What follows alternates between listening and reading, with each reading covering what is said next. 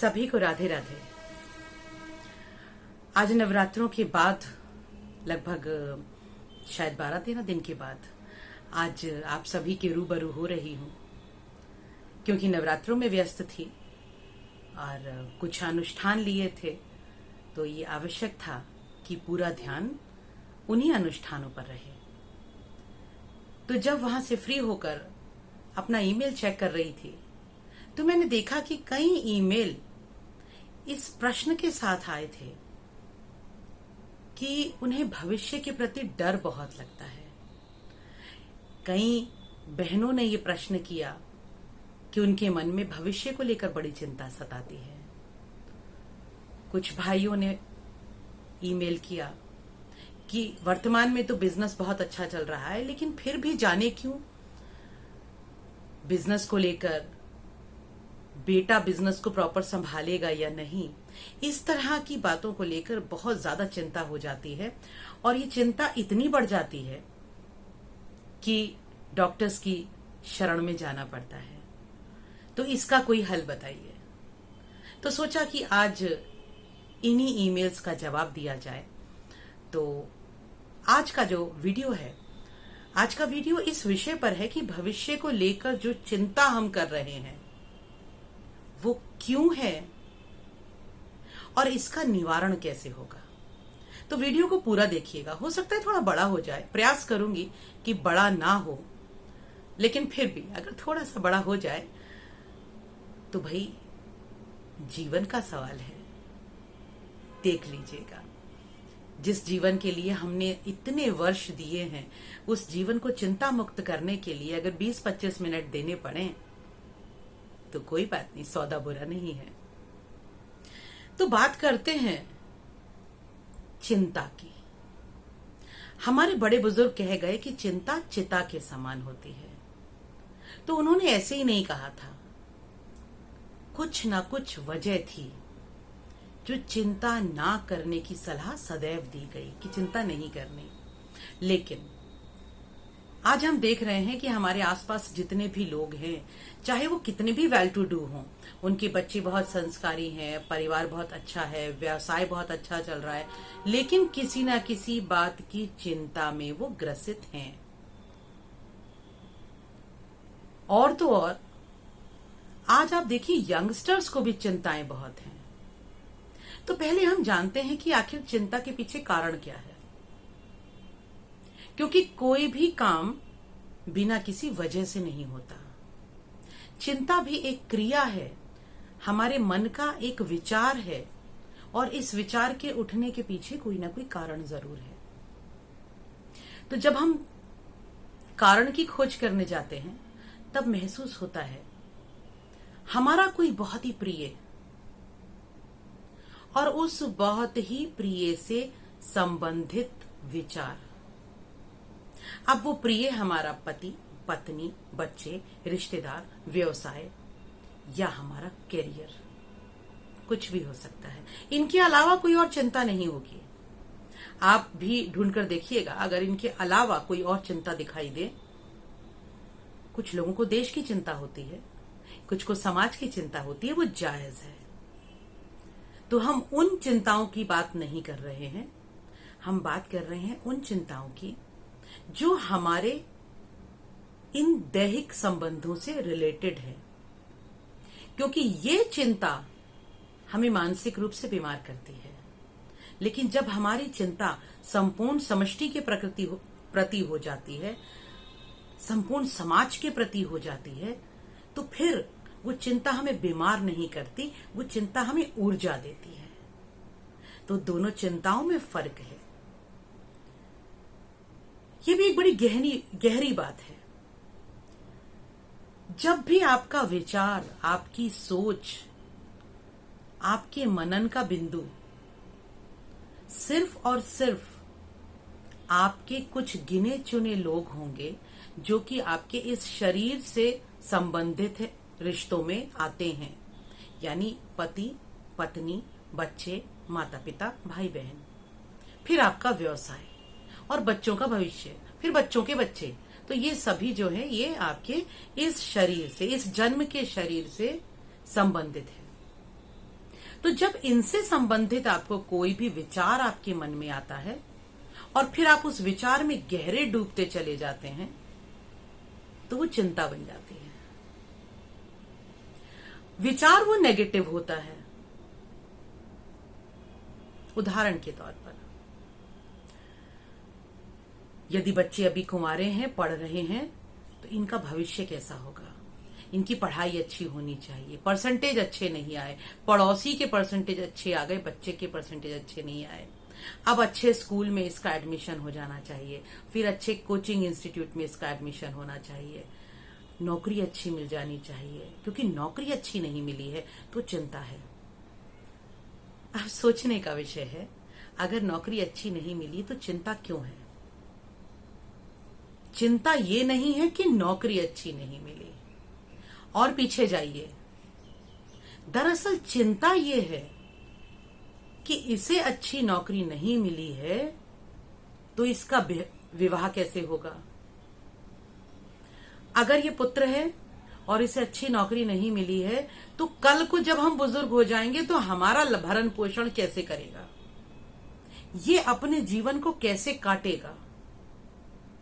तो चिंता ये नहीं है कि नौकरी नहीं लग रही, चिंता ये नहीं है कि बेटा कहीं एंगेज नहीं हुआ है, कहीं वो पैसा नहीं कमा रहा है। चिंता दरअसल छिपी हुई चिंता, छिपा हुआ डर ये है कि अगर नौकरी नहीं मिलती है तो विवाह नहीं होगा, अच्छे घर में विवाह नहीं होगा तो घर में बहू नहीं आएगी या दामाद नहीं आएगा। सामाजिक प्रेशर है, बहू का आना भी जरूरी है और बेटी का विवाह होना भी जरूरी है। बेटे को नौकरी अच्छी नहीं मिली है तो जब हम बुजुर्ग हो जाएंगे तो ये हमारा लालन पालन नहीं कर पाएगा। हर चिंता के पीछे आपका व्यक्तिगत स्वार्थ निहित है। मत कहिए कि हम माता पिता हैं और हमारा फर्ज बनता है कि हम अपने बच्चे की चिंता कर रहे हैं। बिल्कुल नहीं बनता है, बिल्कुल नहीं बनता है। जब एक बच्चे को आपने जन्म दे दिया और फिर जैसे ही उसकी नाल कटी, ध्यान दीजिएगा, जैसे ही उसकी नाल कटी, आपसे उसका संबंध कटना शुरू हो गया। ईश्वर ने जब तक वो नाल रखी थी तब तक आप उसकी जिम्मेदारी ले रहे थे। ईश्वर ने आपको माध्यम बना रखा था, आप कुछ नहीं कर रहे थे। लेकिन जैसे ही नाल कट गई, उस बच्चे का संबंध आपके शरीर से कट गया। अब उस बच्चे का शरीर का संबंध आपके भावनाओं के साथ है। फिर जैसे जैसे वो बच्चा बड़ा होने लगता है, भावनात्मक रूप से उसे सहारे की जरूरत होती है। तो आपने भावनात्मक रूप से उसे सहारा दिया, आपने उसे शारीरिक रूप से सहारा दिया, फिर आपने उसे आर्थिक रूप से सहारा दिया, क्योंकि अब ये आपका फर्ज था, क्योंकि बच्चे को पैदा किया था। जब बच्चा आपका 18 वर्ष की उम्र को पार कर लेता है तो हम कहते हैं कानूनी भाषा में कि लड़की 18 वर्ष की उम्र में और लड़का 21 वर्ष की उम्र में वयस्क हो जाता है, अडल्ट हो जाता है। यानी अब वो भला बुरा सोच सकता है। तो माता पिता होते हुए अब आपको भी समझ लेना चाहिए कि वो भला बुरा सोचने लायक हो चुका है और उसके पूरे जीवन की जिम्मेदारी आपकी नहीं है। आप उसके जीवन को संचालन करने वाले नहीं हैं, लेकिन हम उसके जीवन को संचालित करने वाला मानते हैं, खुद को मानते हैं। इसीलिए हमें चिंता होती है। हमारे देश में बहुत जरूरत है पेरेंटिंग की कक्षाएं करने की। मेरी बात सुनकर बुरा लगेगा, शायद बहुत सारे बुरे कमेंट्स भी मुझे आने वाले हैं कि आपको तो पता ही नहीं है बच्चे कैसे पाले जाते हैं। लेकिन ये सच्चाई है कि भारत देश में माता पिता के लिए पेरेंटिंग की कक्षाएं होना बहुत जरूरी है। हमें नहीं पता है कि हमें बच्चे को पालना कैसे है। या तो हम उस पर इतना लाड़ और मोह लुटा देते हैं, इतना हम उसके प्रोटेक्टिव हो जाते हैं, हर पल उससे एक कदम आगे चलते हैं, उसको इतना बचा के रखना चाहते हैं कि वो जीवन जीना भूल जाता है। फिर उसे जब वो बड़ा हो जाता है तो हर पल सहारे की जरूरत होती है, वो कमजोर हो जाता है। हम उस बच्चे को जीवन के भंवर में छोड़ नहीं पाते, तो फिर वो अपनी नाव को खेने लायक नहीं रहता। और या हम उस पर इतना बंधन लगा देते हैं, इतनी रोक टोक करते हैं, हमें लगता है कि उसके जीवन को संचालित करने की सारी जिम्मेदारी हमारी है, क्योंकि हम माँ बाप हैं और बस माँ बाप होना ही सबसे बड़ा सर्टिफिकेट है कि हम बिल्कुल सही सोच रहे हैं। हम बच्चे को सोचना समझना देना ही नहीं चाहते। कभी सोचिएगा, हमने बचपन से ही उसे ऐसी परवरिश दी बच्चे को, ये हमारे यहाँ के संस्कारों में है। हम सोचना भी उसे हम सिखाते हैं। सामने एक सेब रखा है, हम कहते हैं बेटा ये क्या है? बच्चा कहता है सेब। हम कहते नहीं, एप्पल है। हमने उसके सोचने समझने की शक्ति को वहीं कुंठित करना आरंभ कर दिया। ये बहुत छोटी सी बातें हैं, लेकिन ये बहुत बड़ा प्रभाव डालती हैं बच्चे पर। बचपन से लेकर जवानी तक हम उसे खुद निर्णय लेने नहीं देते, चाहे बेटा हो या बेटी हो। हमने खुद डिसाइड कर लिया बेटा लेट नाइट पार्टीज कर सकता है, बेटी नहीं जाएगी। हमने खुद डिसाइड किया बेटा पिस्तौल, बस, कार, क्रिकेट ऐसे गेम खेलेगा और बेटी घर घर खेलेगी, गुड़िया खेलेगी, किचन सेट से खेलेगी, बारबी डॉल से खेलेगी। हमने डिसाइड किया बेटे को ब्लू कलर के कपड़े पहनाएंगे, बेटी को पिंक कलर के कपड़े पहनाएंगे। हमने डिसाइड किया, हमने उसे सोचने नहीं दिया, क्योंकि हमने ये माना इस बच्चे को हमने पैदा किया है तो इसका पूरा जीवन संचालित करने की जिम्मेदारी भी हमारी है। लेकिन ऐसा नहीं है। जब तक बच्चा आप पर अधीन है, तब तक आप उस बच्चे का लालन पालन करेंगे, लेकिन उसके विचारों को सही दिशा तो दिखाएंगे, लेकिन विचारों को कंट्रोल करने का प्रयास नहीं करेंगे। आप बच्चे को बता सकते हैं कि बेटा ये सेब है, हिंदी में इसे सेब कहते हैं, इंग्लिश में इसे एप्पल कहते हैं। चॉइस इज योर्स, तुम इसे क्या कहना चाहते हो? हिंदी में बोलना है तो हिंदी में बोलो, इंग्लिश में बोलना है तो इंग्लिश में बोलो। अब जब बच्चा अपनी मर्जी से उसे एप्पल कहेगा तो उसके दिमाग के तंतु फ्रीली वर्क करेंगे।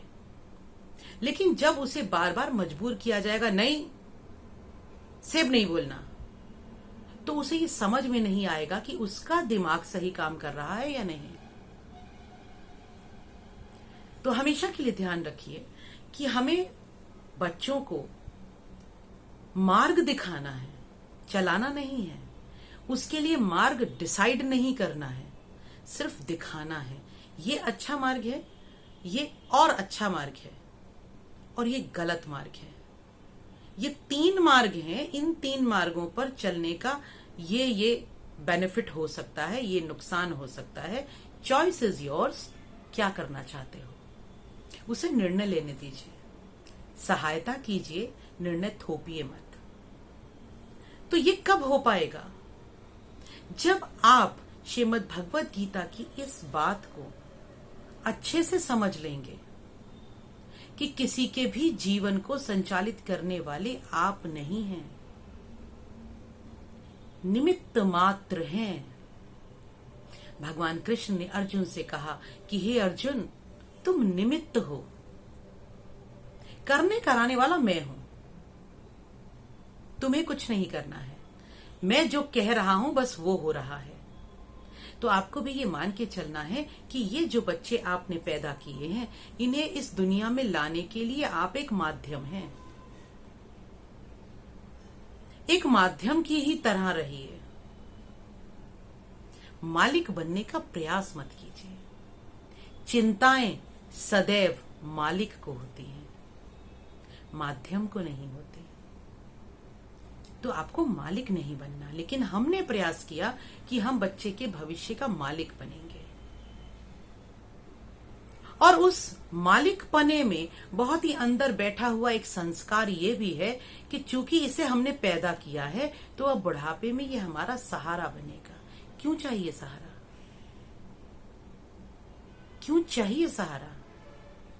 अपने आप को भी इतना स्ट्रांग रखिए कि आपको किसी के सहारे की आवश्यकता नहीं है। क्यों कमजोर बने? खुद को कमजोर माना क्यों? हमें वेदांत ये नहीं सिखाता। श्रीमद् भगवत गीता कमजोर होना नहीं सिखाती। श्रीमद् भगवत गीता साफ कहती है, कर्मण्यवाधिकारस्ते मां फलेषु कदाचन। कर्म करो, फल की आसक्ति मत रखो। लेकिन हमें फल की आसक्ति है। बच्चे को पालने का फल है कि ये मेरे बुढ़ापे का सहारा बनेगा। क्योंकि ये आसक्ति है इसीलिए दुख तो मिलेगा, अवश्यम भावी है। चिंताओं में ही मरोगे, अवश्यम भावी है। क्योंकि श्रीमद् भगवत गीता को दिल में उतारा नहीं, जीवन में उतारा नहीं, इसीलिए डर है। किस बात का डर? किस बात की चिंता? चिंता की आवश्यकता है ही नहीं। हर व्यक्ति का भविष्य वो स्वयं लिखवा कर लाया है। जब भी किसी एक आत्मा को देह दी गई, यानी हमारी आम भाषा में जब किसी का जन्म हुआ, तभी उसका प्रारब्ध लिख दिया गया है। हम और आप उसका प्रारब्ध बदल नहीं सकते। और जो लोग प्रारब्ध बदलने का प्रयास करते हैं वही दुखी रहते हैं, उन्हीं को चिंता होती है। लेकिन मेरी इस बात का अर्थ ये कदापि नहीं है कि भाग्य के भरोसे होकर दुखी होकर रहना है। श्रीमद् भगवत गीता ये सिखाती है, प्रत्येक व्यक्ति अलग अलग आइडेंटिटी है, प्रत्येक अस्तित्व अलग है। कोई आपके साथ बंधा नहीं है, आप किसी के साथ बंधे नहीं हैं। कोई आप पर निर्भर नहीं है, आप किसी पर निर्भर नहीं है। अकेले आए हैं, अकेले ही जाना है। ये जो परिवार मिल गया है, ये बीच में ये तो सिर्फ एक ट्रेन के सफर की तरह है। आप एक स्टेशन पर बैठे हैं, बहुत सारे लोग आपको मिल गए, इकट्ठे बैठिए, बात करिए, हंसिए, एक्सपेक्टेशंस मत रखिए।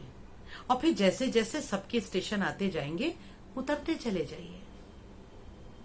किसी के साथ कोई एक्सपेक्टेशन नहीं, कोई मोह नहीं, कोई बंधन नहीं, कोई आसक्ति नहीं। अपने कर्म करते रहिए।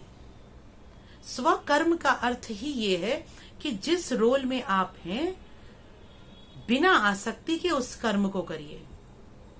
आप पिता के रोल में हैं, आपका कार्य है अपने बच्चे का लालन पालन करना, जब तक कि वो स्वयं पैसा कमाने लायक नहीं हो जाता। जब तक, मैं कह रही हूं, मेरी बात बुरी लगेगी ये, जब तक।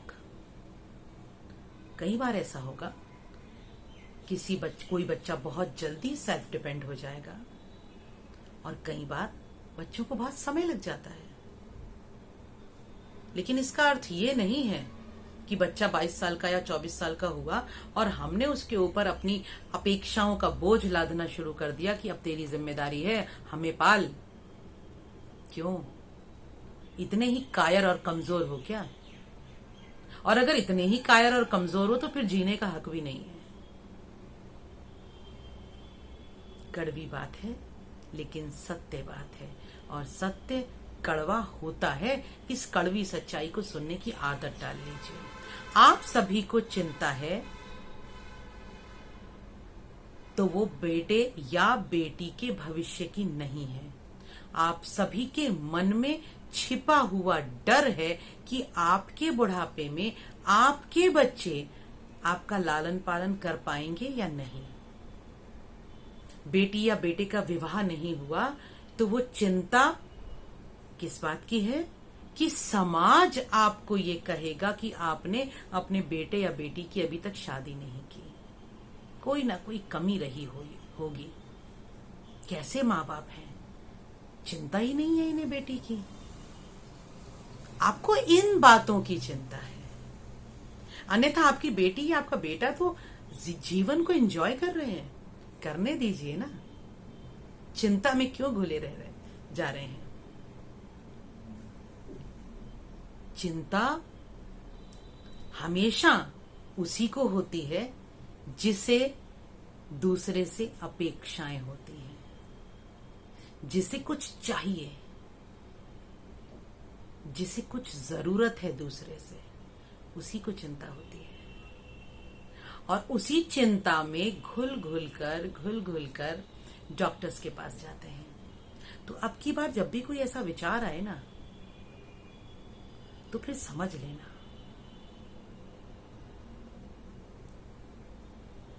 कि एक सूफी संत ने कहा है, चाह गई चिंता गई मनुआ बेपरवाह। चाह गई चिंता गई और मनुआ बेपरवाह। हमको किसी से कुछ ना लेना, हम शाहन के शाह।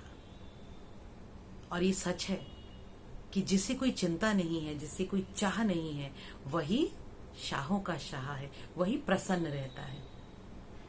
तो सारा जड़, आप समझिए, आपकी चिंता की जड़ आप ही का डर, आपकी अपेक्षाएं, आपकी इच्छाएं हैं। तो अपनी अपेक्षाओं को, अपनी इच्छाओं को कम कीजिए, सिर्फ अपने फर्ज का पालन कीजिए, अपने कर्म का पालन कीजिए। बाकी आपके बेटे या बेटी या व्यवसाय का जो भविष्य है उसे आप बदल नहीं सकते हैं, सिर्फ कर्म कर सकते हैं। कर्म 100% एफर्ट के साथ होना चाहिए। लेकिन अगर हम ये सोचकर काम करेंगे कि मुझे तो 100% ही नंबर चाहिए, तो फिर चूंकि दिमाग 100% नंबर पे लगा हुआ है तो पढ़ ही नहीं पाएगा बच्चा। तो बच्चे से कहिए दिमाग का 100% इस्तेमाल करो, नंबर जितने आएंगे मंजूर हैं। एफर्ट 100% ईमानदारी से करो। तो चाहे व्यवसाय की बात हो, या बच्चों के लालन पालन की बात हो, या बच्चों के ब्याह शादी की बात हो, या उनकी नौकरी की बात हो, किसी भी तरह का जो भी कारण है, आप अपने एफर्ट 100% ईमानदारी के साथ कीजिए। रिजल्ट की चिंता मत कीजिए। आपका कर्म सही होना चाहिए, आपका कर्म स्वार्थ युक्त नहीं होना चाहिए, आपका कर्म परमार्थ के लिए होना चाहिए। तो आपको चिंता कभी नहीं रहेगी। कोई और भी अगर आपके प्रश्न हो तो आप मुझे ईमेल लिख सकते हैं। डिस्क्रिप्शन बॉक्स में मेरा ईमेल एड्रेस दिया हुआ है। फेसबुक पर आप मुझे ज्वाइन कर सकते हैं और कमेंट्स में भी आप अपने प्रश्न दे सकते हैं। मुझे इंतजार रहेगा। राधे राधे।